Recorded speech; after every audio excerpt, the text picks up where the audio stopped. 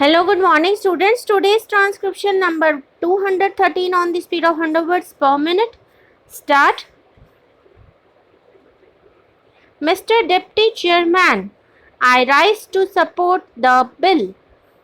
The bill deals with some of the practical problems of implementation of a very useful measure. Till 1948, in this country, we had the legislation to deal with the minimum wage problem.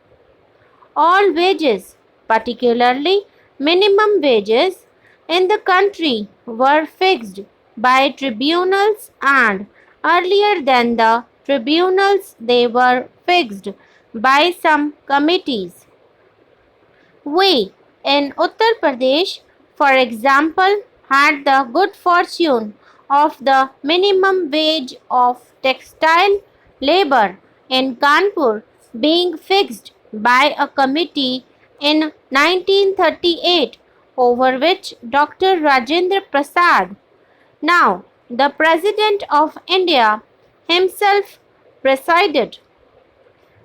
In Bombay, they had a committee with Mr. Jairam Das Daulatram as chairman, and that committee fixed the minimum wages.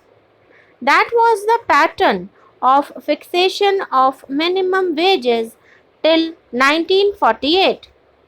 But then this sort of inquiry was not a feature of the day-to-day life of the workers of the country.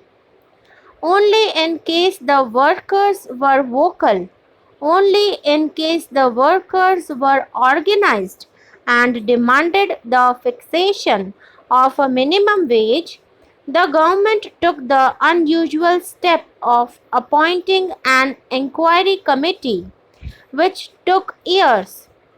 The recommendations did not have any statutory force behind them. The reports of those committees were important documents which prepared public opinion, and when it was for the workers and the employers to try their strength, the workers had public opinion behind them. The Act of 1948 was a step in the right direction, a step in accordance with the Convention of the ILO, which makes it necessary that minimum wages should be fixed. This act was a remarkable piece of legislation because it provided protection and help to workers who were, by the very nature of their employment, by the very nature of the industries in which they were employed, not in a position to organize themselves sufficiently strongly, were not in a position to win a minimum wage for themselves by their own organized strength, as workers in the Ahmedabad and Bombay textile industry did long ago.